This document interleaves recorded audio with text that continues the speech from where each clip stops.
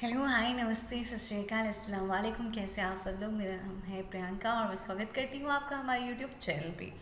तो आज बहुत टाइम के बाद हमारी मुलाकात हो रही है और बहुत सारे बच्चे जो हैं अपना मोमेंटम भी खो चुके होंगे। आई होप आप आज वापस से अपने फॉर्म में आएंगे और अब आपको हमेशा लेक्चर्स मिलेंगे, कोई भी लेक्चर आपका स्किप नहीं होगा। उम्मीद करते हैं जल्दी आपकी क्लासेस भी शुरू होंगी। हम पढ़ रहे हैं ह्यूमन रिप्रोडक्शन, जिसमें हमने प्राइमरी मेल सेक्स ऑर्गन जो कि होता है टेस्टिस कंप्लीट किया था। उसके साथ ही एसिस्ट्री डक्ट जैसे कि एपिडिडमिस, वासा डेफरेंस और वासा एफरेंशिया, रेडिट टेस्टिस ये भी कंप्लीट कर लिया था। आज हम जानेंगे एक्सटर्नल जेनिटेलिया के बारे में और जो एसिस्ट्री ग्लैंड्स होती हैं। तो एक्सटर्नल जेनिटेलिया से हम स्टार्ट करेंगे। एक्सटर्नल जेनिटेलिया होता है बेटा पेनिस, ठीक है। तो इस डायग्राम को देख के पहले तो ये नहीं, अरे मैम ये तो नेमिंग कौन याद रखेगा। मैम एनसीईआरटी का डायग्राम नहीं है बेटा, आपको सिर्फ ध्यान देना है कुछ इम्पॉर्टेंट जो यहाँ पे नेमिंग की होगी उस पर, वो जो मैं आपको बताऊंगी, ठीक है। और ध्यान में रखना है उसको, ताकि आगे जब हम पढ़ें तो आपको कोई भी कंफ्यूजन ना हो, ठीक है। तो स्क्रॉटम आप जानते हैं, स्क्रॉटम एब्डोमिनल कैविटी के बाहर प्रेजेंट होता है, जिसमें प्राइमरी सेक्स ऑर्गन टेस्टिस पाए जाते हैं। Penis is not the primary sex organ, it is the secondary sex organ. देखिए, टेस्टिस के अलावा मेल में जो भी सेक्स ऑर्गन है वो सारे के सारे सेकेंडरी सेक्स ऑर्गन्स हैं। Only testis are the primary sex organ, जहाँ पे स्पर्म का प्रोडक्शन होता है। देखिए, ये है रूट, सबसे पीछे वाला हिस्सा जो है पेनिस का, जिसपे आपको दिखाई दे रहा है बल्ब ऑफ पेनिस एंड ये दोनों क्रूरा ऑफ पेनिस। इसके बारे में आपको ज़्यादा नहीं जानना है। पेनिस में नर्व्स एंड वेसल्स भी होती हैं, dorsal blood vessels and nerves जो है वो आपको यहाँ देखने को मिलेगी। ये इस तरह से इसको मार्क किया गया है 3 जगह पे, ठीक है। Dorsal blood vessels and nerves. Corpus cavernosa, very very very important. Penis का जो इरेक्शन होता है वो कॉर्पस कैवर्नोसा की वजह से ही होता है। ये टिश्यू है, इंपॉर्टेंट टिश्यू पेनिस में जो पाया जाता है, ठीक है। 2 कॉलम में होता है, आप देख सकते हैं, एक ये है, दूसरा कॉलम ये है, ठीक है।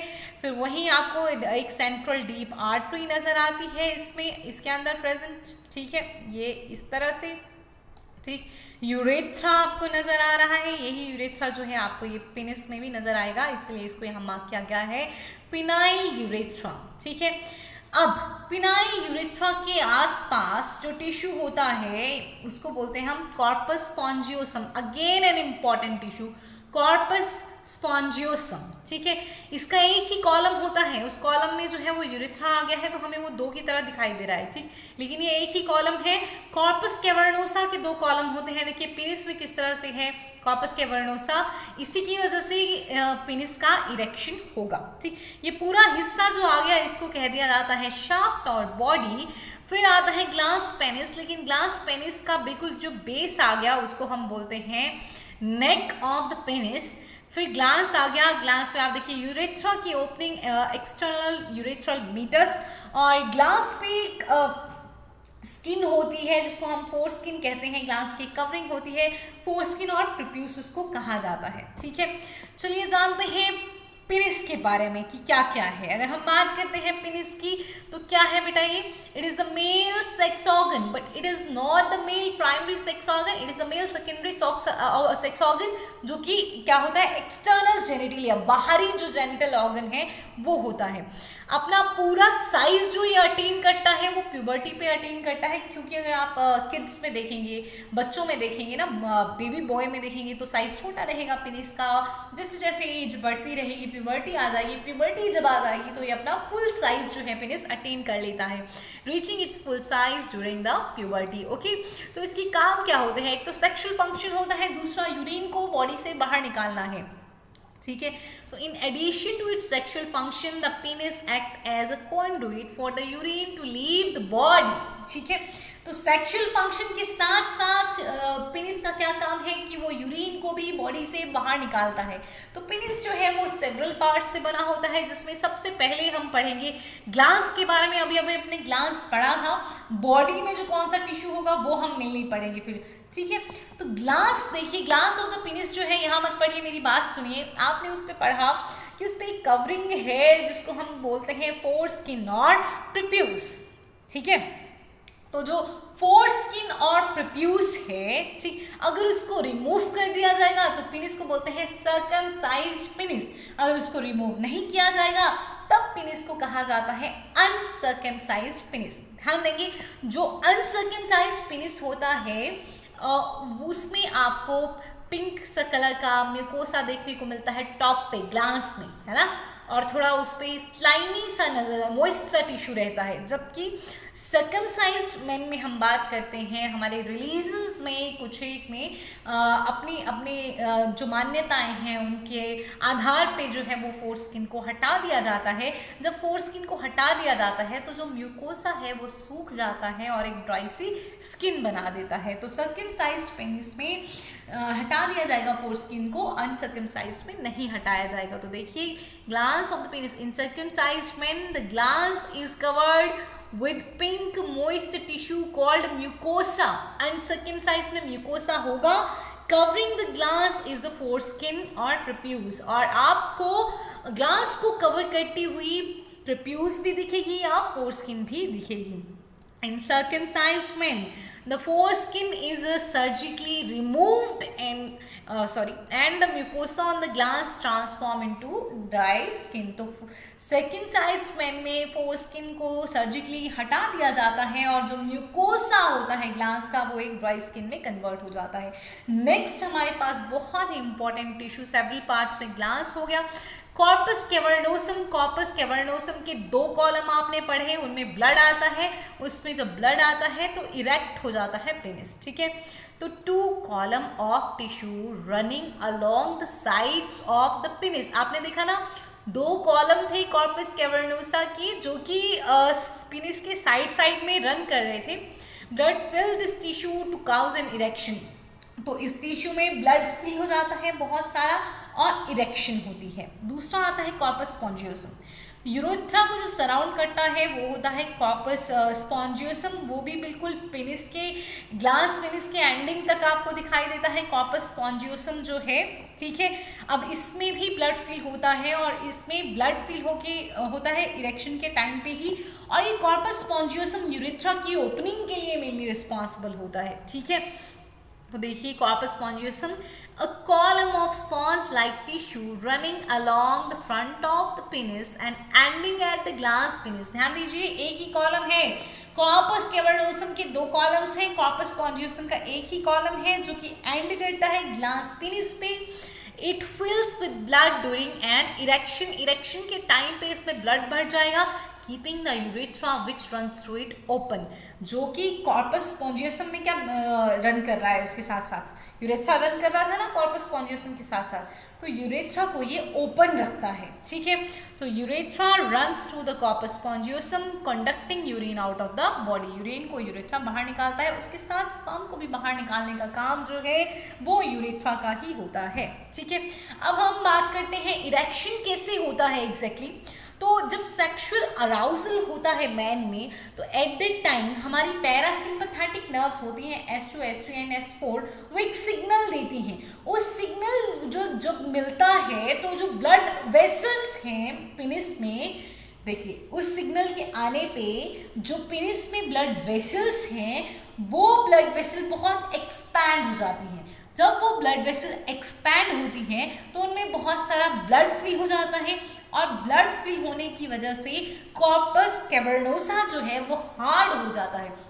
कॉर्पस कैवर्नोसा जब हार्ड हो गया तो अल्टीमेटली पेनिस जो है वो हार्ड हो जाता है, इरेक्ट हो जाता है, ठीक है। ऐसे तो पेनिस नॉर्मल रहता है, सिर्फ सेक्सुअल अराउजल की टाइम पे ही पेनिस जो है वो हार्ड हो जाता है। किसकी वजह से हार्ड होगा? कॉर्पस कैवर्नोसम की वजह से हार्ड होगा। कॉर्पस कैवर्नोसम में जो ब्लड वेसल्स हैं वो बहुत एक्सपैंड हो जाएंगी, फिल हो जाएंगी, उसको टिश्यू को हार्ड कर देंगी, अल्टीमेटली पेनिस हार्ड हो जाएगा। तो देखिए पढ़ते हैं, an erection results from the changes in blood flow in the penis. Penis में ब्लड फ्लो में चेंजेस आएंगे जिसकी वजह से इरेक्शन होगी। When a man become sexually aroused, जब सेक्सुअल अराउजल होता है मैन में, nerves cause penis blood vessel to expand. Nerves जो हैं वो ब्लड वेसल को बोलती है कि तुम एक्सपैंड हो जाओ, ठीक है। कौन सी nerves? Parasympathetic nerve S2, S3 and S4। More blood flow in and less flow out of the penis. जैसे पेनिस से बाहर तो कोई ब्लड नहीं जाता है, ठीक, तो पेनिस के अंदर जो है वो ज़्यादा से ज़्यादा ब्लड जो है वो आने लगता है। उससे क्या होता है, hardening the tissue in the corpus cavernosum. और कॉर्पस कैवर्नोसम जो है वो जो टिश्यू है उसमें वो पूरा हार्ड हो जाता है और अल्टीमेटली पेनिस हार्ड हो जाता है। तो ये पूरा एक्सटर्नल जेनिटेलिया के बारे में था, आई होप आपको समझ आया होगा। अब बात करते हैं मेल एसेस्ट्री ग्लैंड की, जिनमें कि इंपॉर्टेंट आपके पास जो है वो 3 आती हैं, seminal vesicle, prostate glands and bulbourethral gland. Bulbourethral glands को ही काउपर्स ग्लैंड भी कहा जाता है। देखिए ध्यान रखिएगा, सेमिनल वेसिकल 2 होते हैं, नंबर में कितने होते हैं, 2। प्रोस्टेट ग्लैंड 1 ही होता है। बल्बोयूरेथ्रल ग्लैंड अगेन कितने होते हैं, 2 होते हैं। मतलब सेमिनल वेसिकल एक पेयर होगा, बल्बोयूरेथ्रल ग्लैंड का भी एक पेयर होगा, प्रोस्टेट ग्लैंड जो है वो एक ही होगा। अब ध्यान से सुनिए, सेमिनल वेसिकल जो है वो रेक्टम होता है ना, हमारा डाइजेस्टिव सिस्टम में लास्ट में रेक्टम आता है, एनस के पीछे जैसे ऊपर जैसे है ना, रेक्टम और यूरिनरी ब्लैडर के बीच में प्रेजेंट होता है सेमिनल वेसिकल। प्रोस्टेट ग्लैंड जो है रेक्टम के आगे होता है लेकिन यूरिनरी ब्लैडर के नीचे होता है, ठीक है। बल्बोयूरेथ्रल ग्लैंड जो है वो यूरेथ्रा के 2 पार्ट होंगे ना, एंटीरियर और पोस्टीरियर। पोस्टीरियर पार्ट पे भी लेटरल साइड को रहेगा। मैं बता देती हूँ, जैसे ये कोई चीज़ है, ये देखिए, ये है इसका एंटीरियर वाला हिस्सा और ये है पोस्टीरियर वाला हिस्सा। पोस्टीरियर में भी ये वाली साइड क्या हो गई, लेटरल, ये वाली साइड क्या हो गई, लेटरल, ठीक है। तो बल्बोयूरेथ्रल ग्लैंड ब्लैडर के बहुत ही नीचे होंगी और जो आपका यूरेथ्रा है, यूरेथ्रा में कहाँ होंगी, पोस्टीरियो लेटरल साइड पे होंगी। प्रोस्टेट ग्लैंड जो है वो यूरेथ्रा के शुरू वाले हिस्से को कवर करती है। चलिए आइए जानते हैं हम। ये देखिए, ये है डक्टस डेफरेंस, मतलब वास डेफरेंस। हमने पढ़ा था कि वास डेफरेंस अपनी एंडिंग पे आते आते थोड़ा स्वेल हो जाता है, एम्प्यूला उस रीजन को हम कहते हैं। ये सेमिनल वेसिकल जिसके 2 हिस्से, 2 पार्ट आपको नजर आ रहे हैं, 2 सेमिनल वेसिकल्स। सेमिनल वेसिकल और वास डेफरेंस का डक्ट जब जुड़ते हैं तो बनता है इजैकुलेटरी डक्ट। यहीं पे फिर नीचे ऐसे साथ ही में आपको दिखाई देता है एक प्रोस्टेट ग्लैंड जो पूरी तरह से यूरेथ्रा के फर्स्ट पार्ट को कवर कर रहा है, ठीक है। चलिए जानते हैं सेमिनल वेसिकल्स के बारे में। तो सेमिनल वेसिकल को कहा जाता है यूट्रस मैस्कुलिनस, इंपॉर्टेंट। सेमिनल वेसिकल को और क्या कहा जाता है, यूट्रस मैस्कुलिनस। किसके बीच में पाया जाता है, found between urinary bladder and rectum. अभी बताया था मैंने आपको, सेमिनल वेसिकल किसके बीच में मिलेंगे, यूरिनरी ब्लैडर एंड रेक्टम के बीच में सेमिनल वेसिकल्स जो हैं आपको नजर आते हैं, ठीक है। It is like a narrow long pouch having muscular wall. तो एक नैरो सा लंबा सा पाउच होता है जिसमें मस्कुलर वॉल होगी। 2 होते हैं नंबर में। देखिए इनका सिक्रीशन जो है वो अल्केलाइन होता है, produce an alkaline secretion of about 7.4 pH। देखिए ध्यान से बेटा, ये सिक्रीशन बहुत बार पूछा जाता है, ठीक। अब सेमिनल वेसिकल का जो सिक्रीशन है उसमें मेनली फ्रक्टोज पाया जाता है, प्रोस्टाग्लैंडिन्स पाई जाती हैं, आइनोसिटोल पाया जाएगा, थोड़ा सा सिट्रेट होगा, बहुत ज्यादा नहीं होगा। सबसे इंपॉर्टेंट जो आता है सिक्रीशन में वो है फ्रक्टोज, ठीक है, क्योंकि स्पर्मेटोजोआ जो है उनको एनर्जी चाहिए, वो एनर्जी मिलेगी फ्रक्टोज से। तो देखिए बहुत इंपॉर्टेंट है बेटा, ध्यान दीजिएगा सिक्रीशन पे, ठीक है। Secretion contain fructose which serve as energy source for spermatozoa. Sperm के लिए एनर्जी सोर्स होता है फ्रक्टोज जो कि सेमिनल वेसिकल का सिक्रीशन है। प्रोस्टाग्लैंडिन्स भी आते हैं सेमिनल वेसिकल से जो कि हार्मोन्स हैं लाइक फैटी एसिड्स जो हेल्प करते हैं कॉन्ट्रैक्शन में। Citrate and inositol, citric acid बहुत ही कम होता है, सिट्रेट एंड आइनोसिटोल। मेनली जो सिक्रीशन आएगा वो होगा फ्रक्टोज और उसके बाद थोड़ा मिलेगा आपको प्रोस्टाग्लैंडिन्स और आइनोसिटोल और सिट्रेट की कुछ ट्रेसेस मिलेंगे। तो सीमेन जब हम बात करते हैं कि सीमेन क्या होता है, ठीक है बेटा, सुनिए। Seminal vesicles, prostate gland and bulbourethral gland का तीनों का जो सिक्रीशन आया उसको हम बोलते हैं सेमिनल प्लाज्मा। सेमिनल प्लाज्मा के साथ जब आते हैं स्पर्म तो उसको हम बोलते हैं सीमेन, समझ गए। तो सीमेन का 60% वॉल्यूम जो है उसमें सेमिनल वेसिकल का ही सिक्रीशन होता है। It form 60% volume of semen, important है बेटा, ठीक। तो सेमिनल फ्लूइड जो है वो वायबिलिटी और मोटिलिटी ऑफ स्पर्म के लिए इंपॉर्टेंट होता है। हालांकि प्रोस्टेट ग्लैंड जो है वो बहुत इंपॉर्टेंट होता है मोटिलिटी के लिए। टेस्ट फॉर रेप, ध्यान से सुनिए, फ्रक्टोज जो है बॉडी का कोई भी हिस्सा रिलीज नहीं करता है। तो जब एक वुमेन का रेप होता है तो उसकी वजाइना में फ्रक्टोज का टेस्ट किया जाता है। अगर फ्रक्टोज प्रेजेंट है तो कहा जाता है कि हाँ रेप हुआ है, फ्रक्टोज नहीं है तो रेप नहीं हुआ है। ठीक है, तो टेस्ट फॉर रेप की अगर हम बात करते हैं तो fructose which is present in seminal fluid and nowhere else in the body provides a forensic test for rape। देखिए फ्रक्टोज जो कि कहाँ होता है, सेमिनल फ्लूइड में होता है और बॉडी के किसी भी हिस्से में नहीं होता है, उसको वो क्या प्रोवाइड करता है, forensic test for rape. Now let's talk about prostate gland जो कि एक पेयर होता है, सॉरी पेयर नहीं होता है, मैं बल्बो यूरेथ्रल ग्लैंड पे पहुंच गई, जो एक ही होती है और यूरेथ्रा के फर्स्ट पार्ट को सराउंड करती है।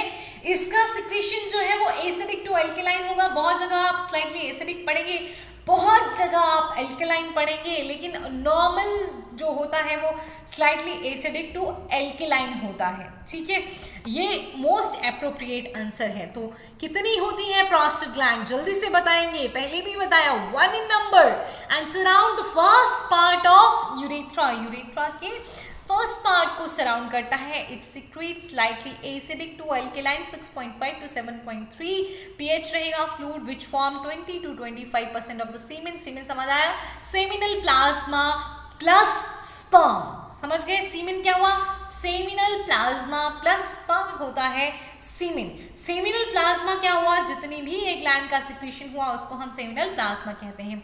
It is important for motility of sperm, it's removal में काउ स्टेरिलिटी। ठीक है, बहुत ही जरूरी होता है प्रोस्टेट ग्लैंड स्पर्म की मूवमेंट के लिए। अगर ये हटा दिया जाएगा तो मेल स्टेराइल हो सकता है।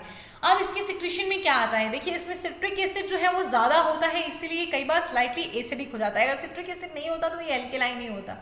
ठीक है, इट्स सिक्रीशन इंक्लूड्स, इंपॉर्टेंट है, citric acid, calcium, acid phosphatase, pepsinogen, fibrinolysin, fibrinogen, albumin and prostaglandins. Prostaglandin आपने सेमिनल वेसिकल्स में भी पढ़ी, आपने वो प्रोस्टाग्लैंड में भी पढ़ी। सिट्रिक एसिड, कैल्शियम, ठीक है, फिर एसिड फॉस्फेटेज, पेप्सिनोजन क्या है, एंजाइम्स हैं, फिब्रिनोलाइसिन, फिब्रिनोजन जो है आपको देखने को मिलेंगे। देखिए सीमेन जो आपके पास स्पर्म आया, स्पर्म के साथ थोड़ा सा सेमिनल वेसिकल का जो सिक्रीशन था वो जुड़ा, वो थोड़ा लिक्विफाइड नेचर का होता है, लेकिन उसका कोएगुलेशन जो होगा वो कोएगुलेशन प्रोस्टेट ग्लैंड के सिक्रीशन से होता है। Why this prostate gland coagulate the semen, क्यों, ताकि ये कोएगुलेट करता है ताकि स्पर्म जो है वो कम मोटाइल हो जाए और थोड़ा एनर्जी को कंजर्व कर सकें। अगेन वो लिक्विफाई भी हो जाएगा, फिर से फिब्रिनोजन करेगा कोएगुलेट, ठीक है, फिब्रिनोलाइसिन करेगा लिक्विफाइड। तो fibrinogen coagulate the semen to conserve energy by reducing motility. क्या बोला कि फिब्रिनोजन जो है सीमेन को कोएगुलेट करता है एनर्जी को कंजर्व करने के लिए, और कैसे, मोटिलिटी को कम करके। Fibrinolysin liquefies it and helps the sperm to swim. और इसके उल्टा काम कर सकता है फिब्रिनोलाइसिन, वो क्या करेगा, वो कोएगुलेशन को खत्म कर देगा, लिक्विफाई कर देगा सीमेन को, फिर से स्पर्म जो है वो स्विम कर सकता है। ठीक, अब प्रोस्टेट ग्लैंड कहाँ प्रेजेंट होता है, फर्स्ट पार्ट ऑफ यूरेथ्रा को कवर कर रहा है, रेक्टम के बिल्कुल सामने, front of rectum but just below the bladder. अब देखिए बिनाइन प्रोस्टेट हाइपरट्रॉपी, प्रोस्टेट ग्लैंड में होने वाला बहुत ही इंपॉर्टेंट जो डिसऑर्डर आपको देखने को मिलेगा, इसमें बिनाइन प्रोस्टेट हाइपरट्रॉपी। हाइपरट्रॉपी में क्या होता है कि प्रोस्टेट ग्लैंड का साइज जो है वो इंक्रीज हो जाता है। प्रोस्टेट ग्लैंड का साइज इंक्रीज होने की वजह से यूरेथ्रा कंप्रेस हो जाता है, क्योंकि वो पूरा यूरेथ्रा को सराउंड कर रही है ना, तो यूरेथ्रा जो है वो कंप्रेस हो जाता है। यूरेथ्रा कंप्रेस हो जाता है तो यूरिन बाहर नहीं जा पाता, यूरिन बाहर नहीं जा पाएगा सही से तो क्या होगा बताइए, यूरिनरी ब्लैडर खराब हो सकता है, किडनीज खराब हो सकती है, ultimately it may leads to the death of an individual. ठीक है, तो बिनाइन प्रोस्टेट हाइपरट्रॉपी को कहा जाता है prostate gland enlargement is common condition as man get older. Older man में आपको देखने को मिलता है। An enlarge prostate gland can cause uncomfortable urinary symptoms. देखिए बहुत बड़ा हो जाता है प्रोस्टेट ग्लैंड और कुछ आपको यूरिनरी सिम्टम्स देखने को मिलते हैं, जैसे कि blocking the flow of urine, urine का जो फ्लो है वो रुक जाता है out of the bladder. It can also cause bladder, urinary tract और किडनीज प्रॉब्लम। देखिए यहाँ पे देखिए ये है यूरिनरी ब्लैडर, आपको ब्लैडर नेमिंग भी नजर आ रही है। यूरिन देखिए ये नॉर्मल प्रोस्टेट है, जब नॉर्मल प्रोस्टेट है तो यूरेथ्रा भी नॉर्मल है, यूरेथ्रा नॉर्मल है, यूरिन इजीली बाहर आ रहा है। प्रोस्टेट का एनलार्जमेंट हुआ, प्रोस्टेट एनलार्ज हुआ तो यूरेथ्रा जो है वो कंप्रेस हो गया, देखिए दोनों तरफ से, और अल्टीमेटली यूरिन जो है वो बाहर नहीं निकल पा रहा है। यूरिन बाहर नहीं निकल पा रहा है तो यूरिनरी ब्लैडर में डिजीज हो सकती है, अल्टीमेटली किडनीज में भी डिजीज हो सकती है। चलिए आप जानते हैं हम किसके बारे में, बल्बो यूरेथ्रल ग्लैंड के बारे में। तो देखिए मैं आपको फिर से दिखा दूं, ये है यूरिनरी ब्लैडर, ये है रेक्टम। प्रोस्टेट ग्लैंड आपने पढ़ा था रेक्टम के सामने और यूरिनरी ब्लैडर के नीचे। तो आई होप आपको just below the urinary bladder surrounding the first part of urethra, I hope आपको क्लियर हुआ हो। बल्बो यूरेथ्रल ग्लैंड भी जो है वो यूरिनरी ब्लैडर के नीचे ही है, लेकिन आप देख सकते हैं कि जो यूरेथ्रा है उसके पोस्टीरियर हिस्से में लेटरल साइड्स को आपको देखने को मिलेंगी। समझ गए अब आप? चलिए पढ़ते हैं बल्बो यूरेथ्रल ग्लैंड्स और कार्पस ग्लैंड। वन पेयर होता है situated beneath bladder and posterior lateral to the urethra. समझ गए आप? It is one of the two small exocrine gland। कैसी है ये सब? exocrine gland है in the reproductive system of many male mammals। बहुत सारे मेल मैमल में पाई जाती है, लेकिन डॉग्स में बल्बो यूरेथ्रल ग्लैंड जो है वो एब्सेंट होती हैं। These are homologous to Bartholin glands in female. हालांकि प्रोस्टेट ग्लैंड भी जो है फीमेल की किसी ग्लैंड के होमोलोगस होती है, लेकिन ये मैं सोच रही थी कि जब फीमेल में आपको ग्लैंड पढ़ाऊंगी तभी बताऊंगी, तो बार्थोलिन ग्लैंड के बारे में भी आप जानेंगे फीमेल में। उसी that time you will got to know कि बल्बो यूरेथ्रल ग्लैंड जो है वो एग्जैक्टली किसके होमोलोगस है, बार्थोलिन ग्लैंड क्या हुआ। ठीक है, तो बल्बो यूरेथ्रल ग्लैंड का काम क्या है बेटा? देखिए स्पर्म की इजैकुलेशन से पहले भी, स्पर्म के इजैकुलेशन से पहले भी पेनिस से कुछ रिलीज, कुछ मटेरियल जो है, कुछ फ्लूइड बाहर आता है, उसको हम काउपस फ्लूइड कहते हैं। वो फ्लूइड जो है वो एग्जैक्टली क्या करता है, वो यूरेथ्रा में एसिडिटी को न्यूट्रलाइज करता है। यूरेथ्रा से यूरिन बाहर गया था, यूरिन में कुछ जो भी कंपोनेंट्स पाए गए उनमें से कुछ जो है वो यूरेथ्रा में रह जाते हैं और वो एसिडिटी काउज करते हैं, और तो यूरेथ्रा जो है उसको पूरा अच्छे से न्यूट्रलाइज कर दिया जाता है ताकि स्पर्म इजीली बाहर निकल सके। उसके साथ ही बल्बो यूरेथ्रल ग्लैंड जो है वो पूरा इसको क्या कर देती हैं, आप सही से सही से कॉपुलेट हो पाए वेजाइना में, तो ल्यूब्रिकेट हो जाता है पूरा जो पेनिस है वो बल्बो यूरेथ्रल ग्लैंड के सिक्रेशन की वजह से ल्यूब्रिकेट हो जाता है, ल्यूब्रिकेट कर देता है वो सिक्रेशन पेनिस को। ठीक है, तो bulbourethral glands are responsible for producing a pre ejaculate fluid called cowper's fluid. देखिए बल्बो यूरेथ्रल ग्लैंड जो है किसके लिए रिस्पॉन्सिबल है?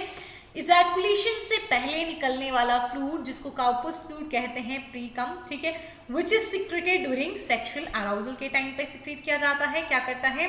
Neutralising the acidity of the urethra in preparation for the passage of sperm cells. Urethra की acidity को neutralise करता है ताकि स्पर्म सेल इजीली बाहर जा सके। कि मेनली हमने एसेसरी ग्लैंड्स पढ़ ली, उसके साथ अदर ग्लैंड आती है, पेरिनियल और रेक्टल ग्लैंड एंड प्रीप्यूशियल ग्लैंड। ये जानना आपका जरूरी है क्योंकि बहुत बार क्वेश्चन पूछा गया है बेटा। ठीक, हालांकि रेक्टल ग्लैंड मैन में नहीं होती है, तो मैं सीधा सा आइडिया दे देती हूँ आपको। पेरिनियल और रेक्टल ग्लैंड जो है वो बोथ मेल एंड फीमेल में पाई जाती हैं। मेनली देखने को मिलेंगी आपको ब्रीडिंग सीजन के टाइम पे। ये सिक्रीट करती हैं एक गंधित सा फ्लूइड, ओडोरीफेरस फ्लूइड, जिसमें होते हैं फेरोमोन्स और एक्टोहॉर्मोन्स। फेरोहॉर्मोन्स को बेटा सेक्स अट्रैक्टेंट भी कहा जाता है, सेक्स अट्रैक्टेंट हार्मोन। तो इनका जो स्मेल है वो अट्रैक्ट करता है एनिमल ऑफ अपोजिट सेक्स, लेकिन मैन में रेक्टल ग्लैंड, पेरिनियल ग्लैंड जो है वो एब्सेंट होते हैं। समझ गए आप? प्रीप्यूशियल ग्लैंड की बात करेंगे तो ये जो ग्लास पेनिस है उसकी नेक पे जो है वो पाया जाता है। बता दूं आप, ग्लास पेनिस की नेक से भी कुछ वाइट सा जो है वो निकल के आएगा। ठीक है, और उसको स्मैग्मा कहते हैं। प्रीप्यूशियल ग्लैंड जो है कहाँ प्रेजेंट है? Are present at the base of glans penis. These glands secrete white sebaceous substance called smegma. समझ गए आप? स्मेग्मा कहाँ से निकलता है? पेप्यूशियल ग्लैंड से निकलता है। तो चलिए देखिए पेनिस के बारे में क्या लिखा है, एक्सटर्नल जेनिटेलिया और जो ग्लैंड्स हैं आपके उनके बारे में एनसीईआरटी क्या कहता है, तो सारा हमने पढ़ लिया है, बहुत ही आसान होगा इसको समझना आप। The penis is the male external genitalia, समझ गए ना आप कि समझाऊं? पेनिस जो है वो मेल एक्सटर्नल जेनिटेलिया है, made up of special tissue that help in the erection of the penis to facilitate insemination। देखिए बहुत इंपॉर्टेंट लाइन, और कुछ नहीं बताया एनसीईआरटी ने डायरेक्ट, ये एक स्पेशल टिश्यू से बना है जो पेनिस के इरेक्शन में हेल्प करेगा। पेनिस इरेक्ट होगा तो इंसेमिनेशन हो पाएगा। इंसेमिनेशन मतलब स्पर्म जो है वो वेजाइना में जा पाएगा, फीमेल जेनिटल ट्रैक्ट में जा पाएगा। कौन सा है वो स्पेशल टिश्यू बताइए? कॉर्पस कैवर्नोसा जो इरेक्टाइल करता है, कॉर्पस स्पॉन्जियोसम जो कि यूरेथ्रा को ओपन करता है, ठीक है। तो कॉर्पस कैवर्नोसा इरेक्शन के लिए मेनली रिस्पॉन्सिबल है, वही स्पेशल टिश्यू है।